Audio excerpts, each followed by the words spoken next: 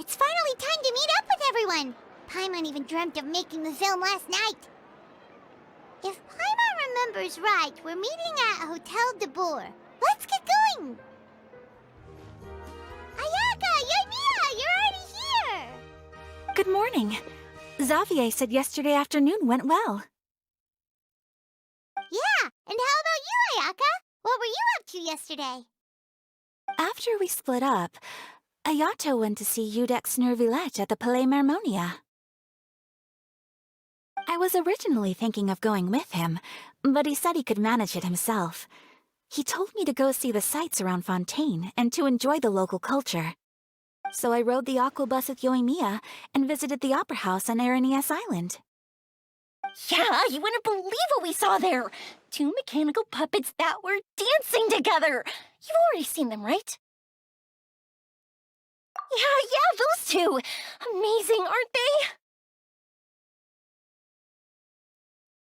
We sat and watched for quite a while. It was mesmerizing, like we could keep watching them forever. Oh, it was the same for us the first time we saw them, too!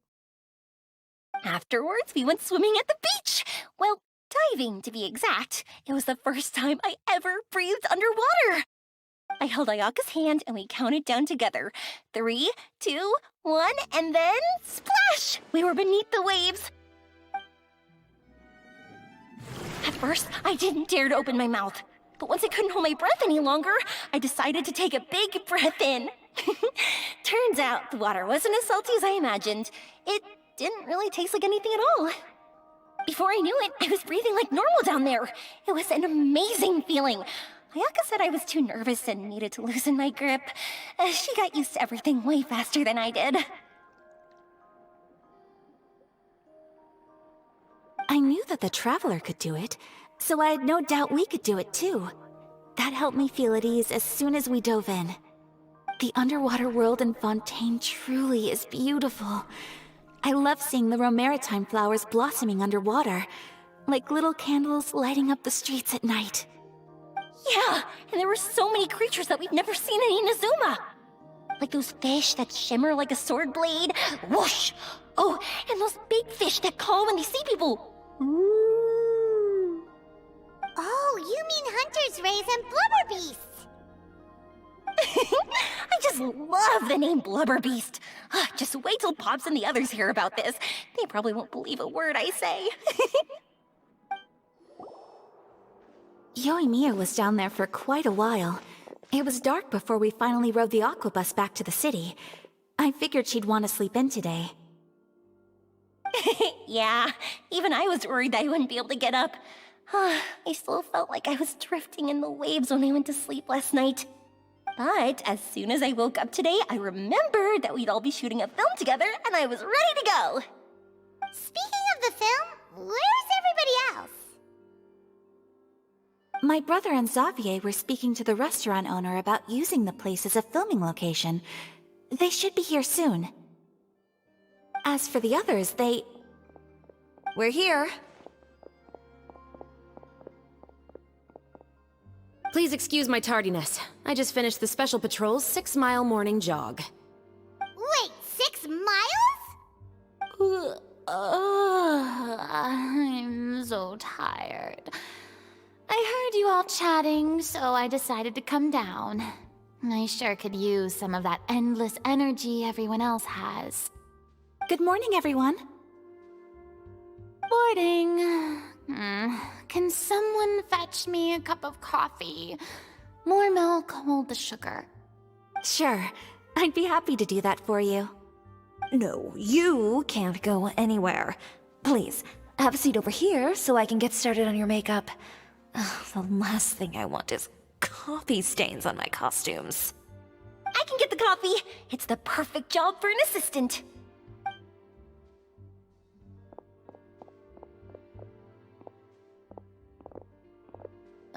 So much energy. Seriously, what's her secret? Oh, Yoimiya's always like that. But you sure look exhausted, Farina. It's because you're not used to waking up so early, huh? Of course not. I spent the whole night reading the novel from cover to cover. marking sections that either need to be omitted or adapted. Wow, Paimon didn't expect you to be so thorough. Well, I was the biggest star in all of Fontaine after all. It takes more than just a pretty face to earn a reputation like that. I know how to get serious when the situation calls for it. I went all out when I was acting as an Archon, so why wouldn't I do the same for my own life? Here's your coffee, Director Farina.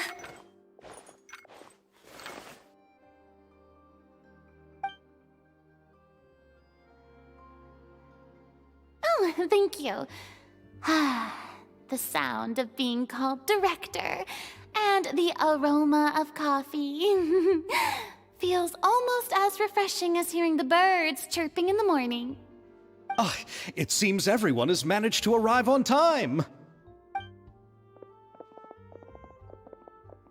We've reached an agreement with the restaurant owner. We are free to use the second floor to shoot our film.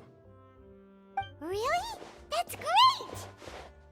He is really looking forward to our film, and hopes that providing his restaurant as a filming location will attract more customers. Well then, Mr. Xavier, I'll leave the rest to you. Okay, thanks. First, I'd like to introduce our new members. This is our prop manager, Veronique. She'll be in charge of all the film's props and items.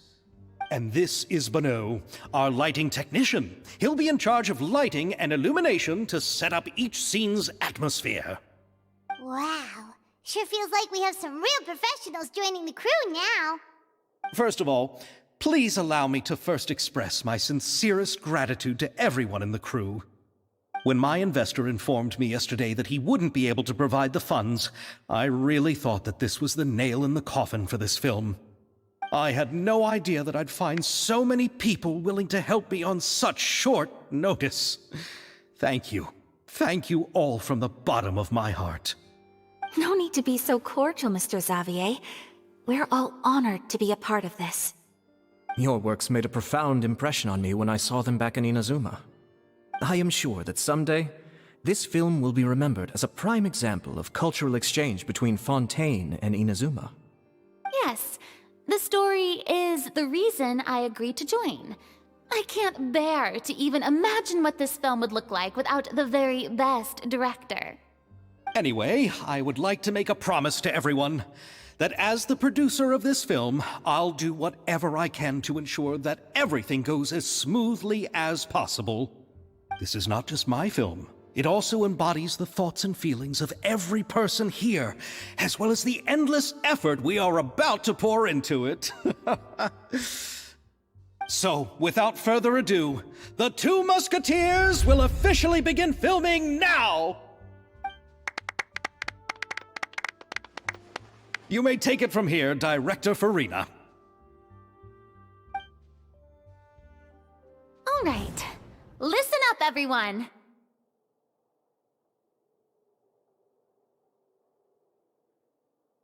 The first scene takes place when the two young musketeers are living at the Baron's home, still unaware of all that is about to happen to them.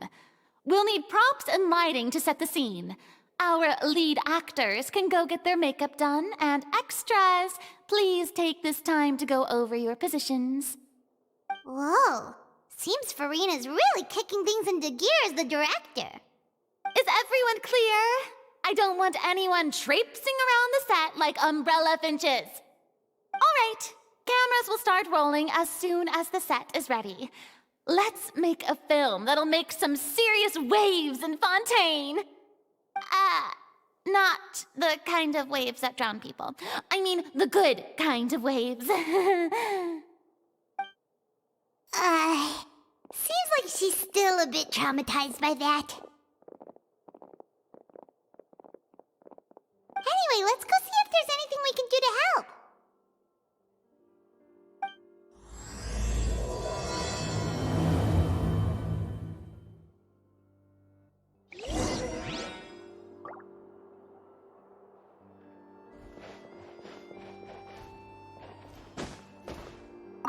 I don't need any help here. Why don't you try asking someone else?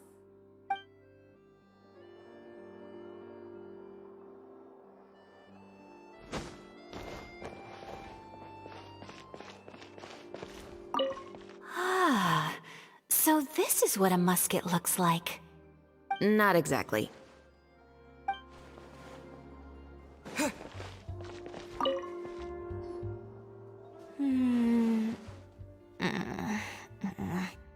Ayaka has mentioned you to me before. She said that you two were great friends when you were kids. No talking. I'm thinking about how to do your eyeshadow. Ah, yes. To help me really look the part. To achieve a more young and naive look for this scene. Are you saying the wrinkles around my eyes are too deep? You just have too much of a calculating look in your eyes. You sure don't mince your words. It seems you really haven't changed much. Quiet.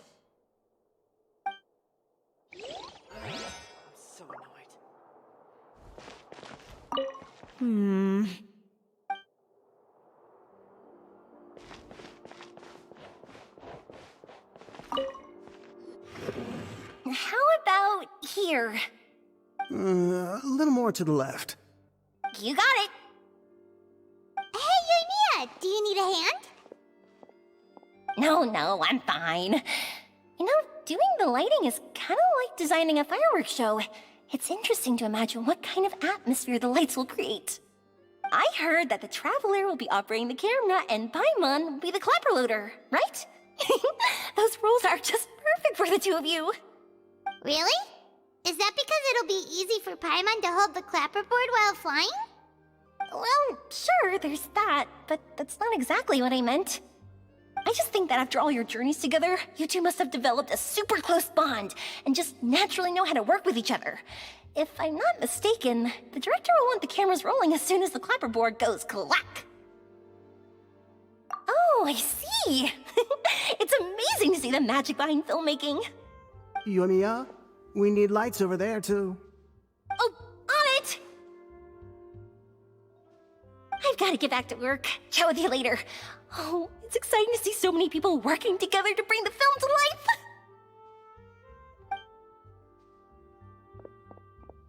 Seems like Yoimiya's really getting into it. But she was right. We do have a super close bond, don't we? Paimon's really happy to hear that. So, this is a real musket? No, it's just a prop weapon. Not bad.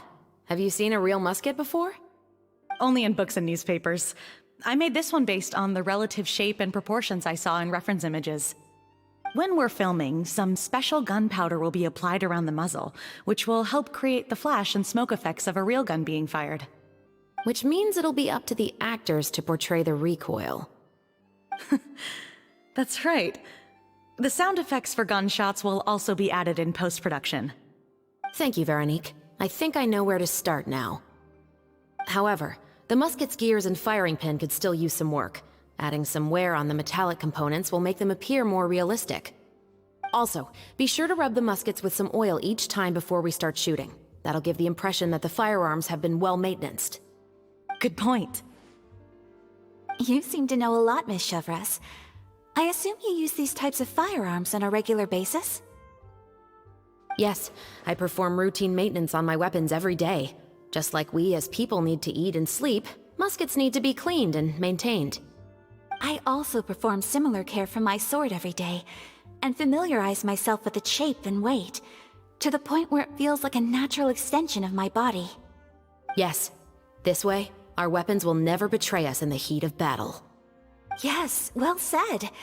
It seems we have the same philosophy on this topic. Oh, sounds like they found a common interest to talk about. Though these props differ from the muskets I use, I can still give you some pointers. Good. I look forward to your instruction. First and foremost, never point the weapon at anyone, regardless of whether it's a real or prop weapon or whether you're holding it or it's on the table. This holds for any time when you're not actively engaging an enemy. Okay, understood. When aiming the musket, extend your arm so that it's level with your shoulder, and use your eye to look down the weapon's sights. Like this? Not bad. Now, try saying your lines. This is the end of the road for you. Good. Now turn your body a little. That way, you'll give your enemy less of a target to work with. And relax your shoulders. Here, allow me to demonstrate. This is the end of the road for you. Huh. Excuse me, Miss Chiori. Director Farina, there's something I wish to discuss with you. Oh? What is it? Like this? Yes, much better. What do you think? I do see your point. But are you sure you wish to do this? I believe it would be most fitting. Well, if you insist. All right, I understand. Miss Ayaka, Miss Chevres, could the two of you please come over here? Huh? What's going on? Are we gonna start filming now? Let's go see. What is it? I have a question for you, Miss Chevres. Would you be willing to play the role of a musketeer? What? To clarify, I would like to turn over my role to Miss Chevres. But brother... Don't worry, Ayaka. I actually view this as a good thing. I was becoming troubled trying to set aside some time to speak to the staff at the Palais Mermonia. I would like to have some conversations about the cultural exchange between our two countries, and I've heard that the bureaucratic process here can get rather complicated. Now, I will be able to focus on my work. Besides, you also know that I'm not really one for public performances. Are you really sure? From a director's point of view, I also felt like the relationship between the two musketeers in the original story could be improved. The older brother in the story plays the lead role with his overbearing character, but this causes his character to overshadow that of his sister, and the theme of the two supporting and relying on each other isn't conveyed very well. But if we were to change the siblings to two sisters of a similar age, then that aspect of the story might come through more clearly. Also, I've seen you instructing Ayaka. That cold and dignified personality is exactly what we need for the older musketeer. Of course, even with all these insights, the decision should still be made by Miss Chevres. Chevres mentioned that she really likes the story, right? Paimon bets that she'll take the role. All right, I'll take the role. Good. It's decided then. I'll get started on making edits to the script. We'll also need to make some immediate adjustments to the lighting, props, and costumes. I have a feeling that our adaptation will be even better than the original story. You're doing a great favor for me, Miss Chevres. You have my gratitude. Don't mention it. I like this character, so if anything, I should be the one thanking you. Well, since my brother is the one who brought up the idea, I suppose there's no need to worry. Let's go, Miss Chevres. I look forward to working with you. Please, just call me Chevres.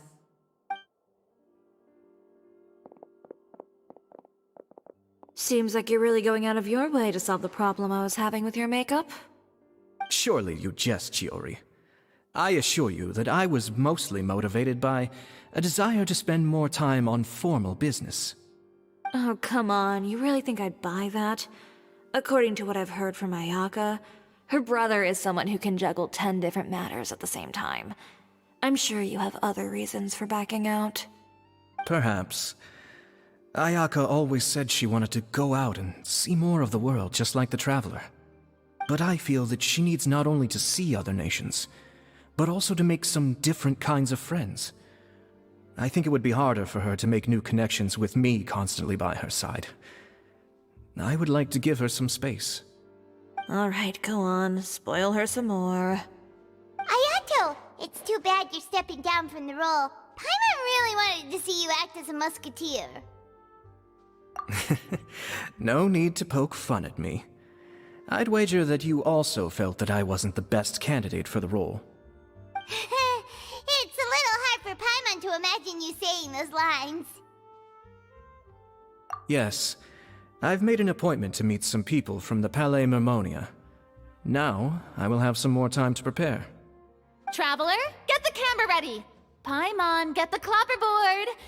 Actors, to your positions.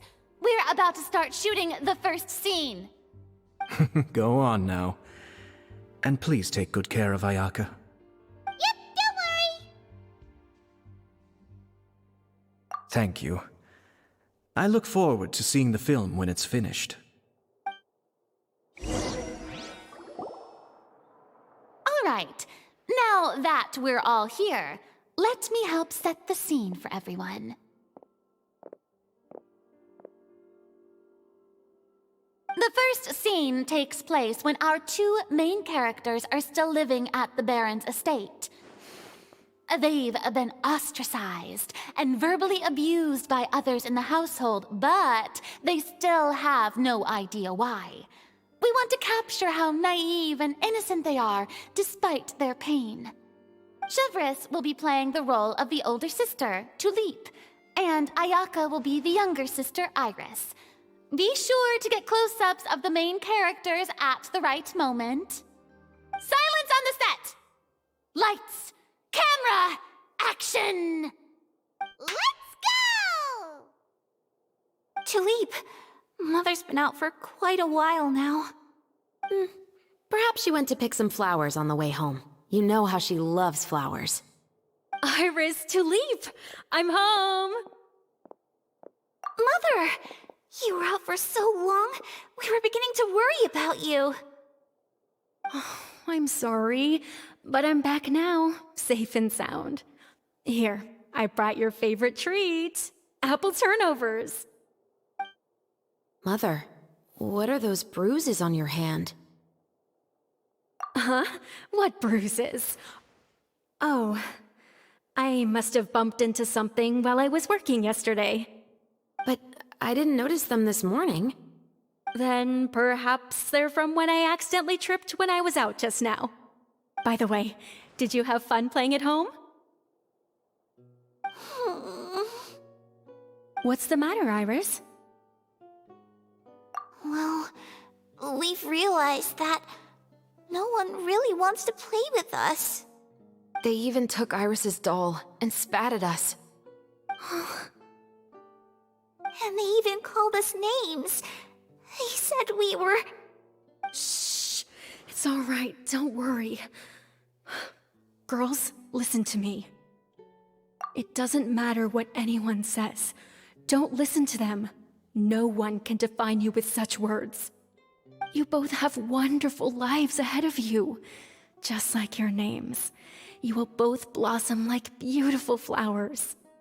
Maybe your time to blossom hasn't quite come yet, but one day, you two will bloom more beautifully than anything else. Don't let the soil you're in now ruin your future beauty, understand? My dear daughters. And cut! Not bad. The actors' emotions were all on point. Let's keep that take. Also, if our clapper loader could avoid shouting at the start of the scene next time. Oh, got it. Great. I was a little worried that my nerves would get the better of me. What about you, Chevris? I felt fine. The lines weren't too difficult at all. Seems like Farina must have adapted the role nicely. You two were great. I couldn't tell it was your first time acting in a film. You should have more confidence. Thank you for your encouragement. Positions, everyone! We'll move on to the next scene after we try a few more camera angles.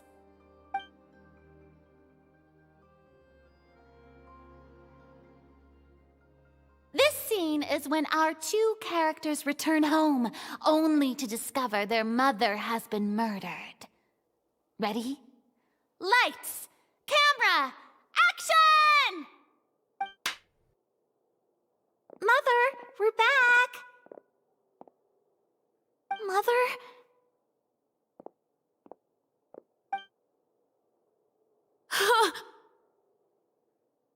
What's wrong, Tulip? Iris, stay away! Huh? Why? What's... Mother! Mother... She's... Huh? There's poison in this cup. Huh? I could have sworn I've seen this kind of cup before. Those aristocrats.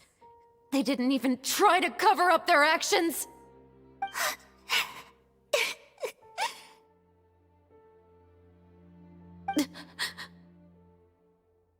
Iris, we need to leave this place. Leave? But now that Mother is gone, where can we even go? Anywhere. All I know is that we can't stay in this house. But are we just going to let them get away with this? We'll have our revenge, I promise you. Just not right now.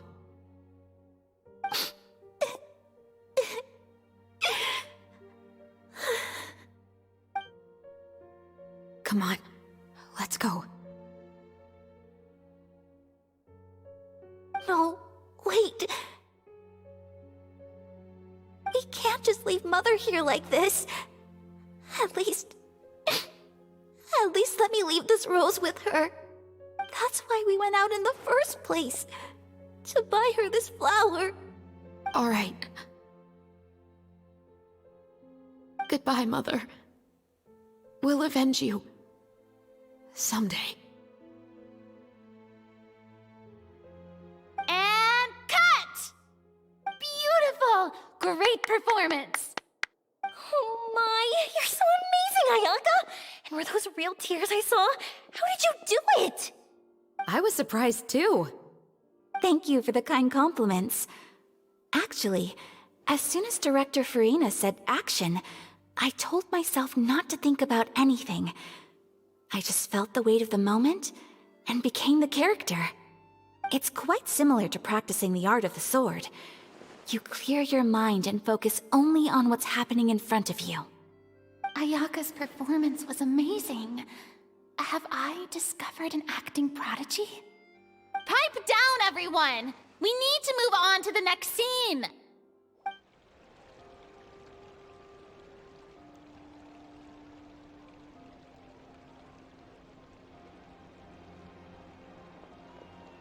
Huh?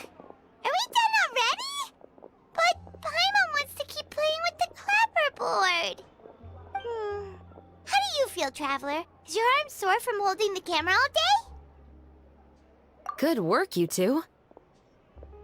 You too, Shivers. You were quite the actress today. I've read this novel many times before. I have a good grasp of my character's mindset. Anyway, do you remember my request from yesterday? Oh, right! We were having so much fun that Paimon nearly forgot! You have a case where the murders seem really similar to the cases in the novel, right? So, how are they similar exactly? In the story, the main characters grow up to become two musketeers, always using their guns to carry out their revenge. And on each of the victims, they place a rainbow rose as a signal that they've returned. Yes, that's correct. We found rainbow roses just like in the novel. Seems like you're connecting the dots now. Oh, that does sound pretty concerning. Especially after seeing the script today. Oh, now Paimon can't stop wondering what kind of ulterior motive the murderer might have. What do you think, Traveler? You're smart. Paimon wants to hear your thoughts. Good. On behalf of Fontaine's Special Security and Surveillance Patrol, thank you for your dedication to justice. There's no time to lose. We should start investigating right away. Follow me. Huh? Right now? But we just got done filming all day. Paimon's so tired. The most valuable intel always comes after nightfall. They are like small, remote islands in the middle of the sea. If you don't stay vigilant, you will pass right by them in the fog. That's how one of my favorite books always puts it, at least. So, where are we going right now? Let's start by checking out some workshops that sell mechanical components. If the culprit is making their own weapons, it's very likely that they'll visit those sort of places. Welcome to Le Show's Clockwork Workshop. How can I help you? Hello. I'd like to know if anyone has purchased some special components lately. Special components? Sorry, could you be more specific? I mean the kind of components that aren't typically used for clockwork toys, but for firearms. Huh? For firearms? No, we don't sell those sort of things here. Don't misunderstand. I'm not here to cause any trouble. We are merely investigating a case, and we're hoping that you could cooperate. Well, to be completely honest, I'm not even sure what kind of components that would entail. Has anyone ever purchased components here as an individual rather than on behalf of an organization? We have a lot of customers who buy toys, but those who buy components are all regular customers who buy in bulk on behalf of their organization. Is that so? I understand. Thank you for your cooperation. You're welcome. It's the least I can do. Oh, hey, Chevris. Run out of oil for your musket again? Hello, Estelle. I want to know if anyone has come to your shop recently to order some firearm components. Oh, is this another case? Let me think. I don't think so. Some people have requested that I make some prop guns for the Fontanalia Film Festival, but I refused all of those requests. Oh? Why's that? Because there's no profit! I only make things here that can do some real heavy lifting. I don't have the energy to make some new molds just for the festival. Then has anybody come specifically looking for mechanical components? Well, I usually sell off my scrap to the Fleuve Cendre. I don't typically give them to one specific person. I understand. Thanks for your cooperation. Don't mention it. Always happy to have the Musketeers' patronage. Seems like we haven't found any leads to go off yet. Yeah, unfortunately. All right, let's head to Fleuve Cendre next. Huh? Are you sure? People might not be so thrilled to see the captain of the special patrol there. You think so, huh? Then I guess you don't know. Huh? Know what? That I grew up in Fleuve Cendre. Hello, I'd like to ask some questions. I don't know anything. Don't worry, I'm not here to arrest anybody. You say that now. It's the truth. Here, take this as my guarantee. Wait, did Paimon just see what she thinks she saw? Is the captain of the special patrol bribing a citizen? Seems you're different from the other guards. What do you want to know? Have you heard anything related to muskets in Fleuve Cendre lately? Anything at all? Muskets, huh? All I know is that about 2 weeks ago, we started hearing some loud noises at night. So loud that it's been waking me up. Were they gunshots? Possibly. It's hard to tell around here. Someone's house collapsing, a pipe exploding somewhere, it's all the same. But the noises I'm talking about definitely happened after I fell asleep. Do you know where the noises were coming from? I don't remember clearly. Is it that you don't remember, or that you need to think about it some more? You tell me. Then please, think about it some more. She's giving her even more Mora! The noises came from the end of the Southern Waterway. I came out and had a look for myself when I wasn't sleeping well, but I didn't dare get too close. That's all I know. All right, I'll take your word for it. Thanks for the pâte de fruits.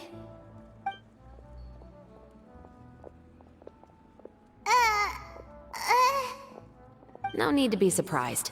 I grew up here, remember? I know how to get people around here to talk. My apologies, I'm all out of sweets. Though I do have some other tempting snacks in my custody. fries, fried chicken, and even onion rings.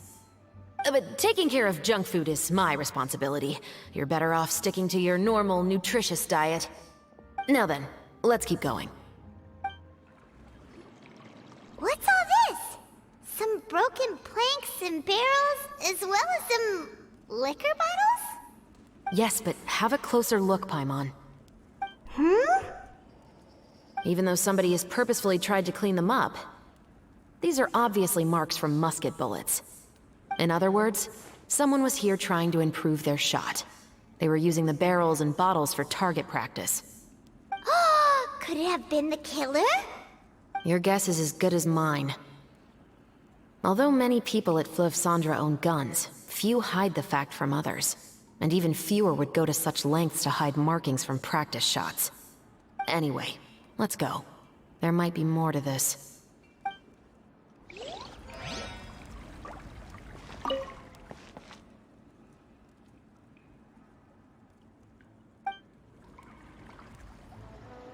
It's been a while, Tetro. Please, just get on with your request. I want to know if you've heard anybody talking about muskets lately. Information isn't free, you know. I've heard that bandits have been extremely active in the countryside recently, and they've been affecting the delivery of goods to Poisson. I can allocate some more manpower to help out with that problem. What do you say? You're still as helpful as ever. One of our men got drunk at dinner about a month ago and lost his gun. 3 days later, it turned up in the corner here. What's weird about that? He just forgot where he put it, right? This is Fleuve Cendres, my friend. Anything of value left in the tavern won't ever make it to the next day. But that gun turned out to be an exception. It didn't get any new wear and tear on it, and didn't even appear to have been fired. We were quite mystified as to what could have happened. I suspect it came back because the weapon was already known to the guards. You mean, a criminal was afraid the Marechaussee Phantom would use the shot marks to track them down? Maybe. But if that's the case, the culprit really took great care to avoid getting caught. I didn't say anything about a criminal. In Fleuve Cendres, knowing who was killed is as easy as knowing what clothes you're wearing today. It's the guy living in the east side, isn't it? I've never liked him. Every time he's here, he just orders a drink and sits there with a nasty look in his eyes. So, who was the one who lost the gun in the first place? Don't bother. Even if you ask, he wouldn't admit to owning a gun to some strangers. Not to mention the captain of the Special Security and Surveillance Patrol. He's right. I know you grew up here, Chevres. Even though you're on good terms with the Spina, you've still been gone too long. Not many people know you here now, and a lot of people don't like the Special Patrol. I know. So take my advice and don't show your face too much around here. It's for your own safety. I'll come and go as I please, and I'm afraid I'll be appearing more often due to my work. All right. Don't say I didn't warn you. Seems like that's all we'll be able to uncover for today. Paimon feels like we managed to learn a lot more here than up on the surface. Yes. Assuming that everything we found is indeed connected to our suspect, then their timeline was probably something like this. A month ago, our suspect found a gun and took it home to disassemble it. Once he'd figured out its mechanics, he brought it back. In the following weeks, he used some parts to create his own makeshift musket, and took it to the Fleuve Cendres for target practice. Then, a few days ago, he found his target and carried out the murder. Once the deed was done, he left a rainbow rose on the body, just like the scene in the novel. That all makes sense to Paimon, but we're still no closer to figuring out the killer's identity! The deceased was a resident of Fleuve Cendres.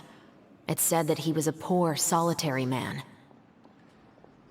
Yeah, that's also something I'm trying to figure out.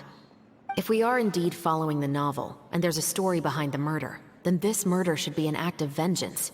But according to our investigation, the deceased didn't have any enemies. He was no saint, but no one's heard of a rival who hated him enough to shoot him dead. Much less care to leave a rose on his body.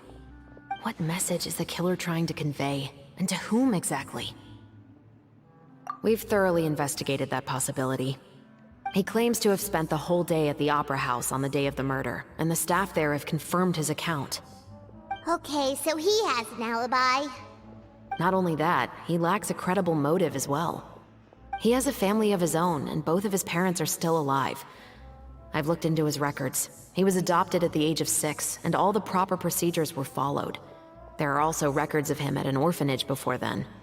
In the story, the mother of the 2 musketeers was murdered after the children turned 10.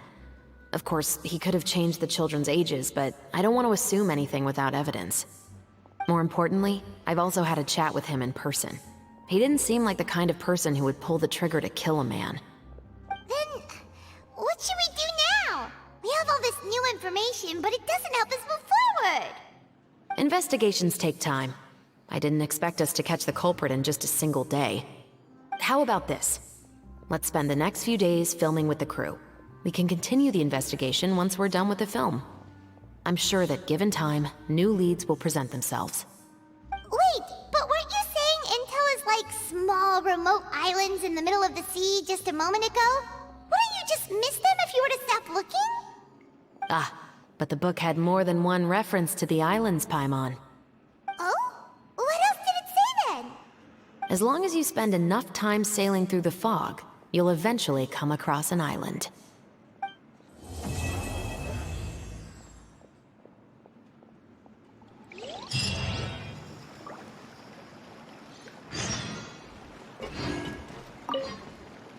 What? Never thought that the captain of the Security and Surveillance Patrol could come from the Fleuve Cendra? Honestly, I'm pretty shocked too. There used to be a time when I thought I would never be able to join the guards. But, as long as you can distinguish yourself through your accomplishments and skills, you'll eventually be recognized for your worth. If you look at it another way, my life at Fleuve Cendra has actually taught me a lot of valuable skills. Skills like how to barter with criminals or how to think in their shoes. Of course, I'd appreciate it if you could keep this a secret between us.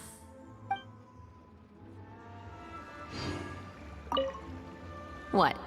Never thought that the captain of the Security and Surveillance Patrol could come from the Fleuve Cendra? You mean rising through the ranks? It was a struggle, for sure. But, as long as you can distinguish yourself through your accomplishments and skills, you'll eventually be recognized for your worth.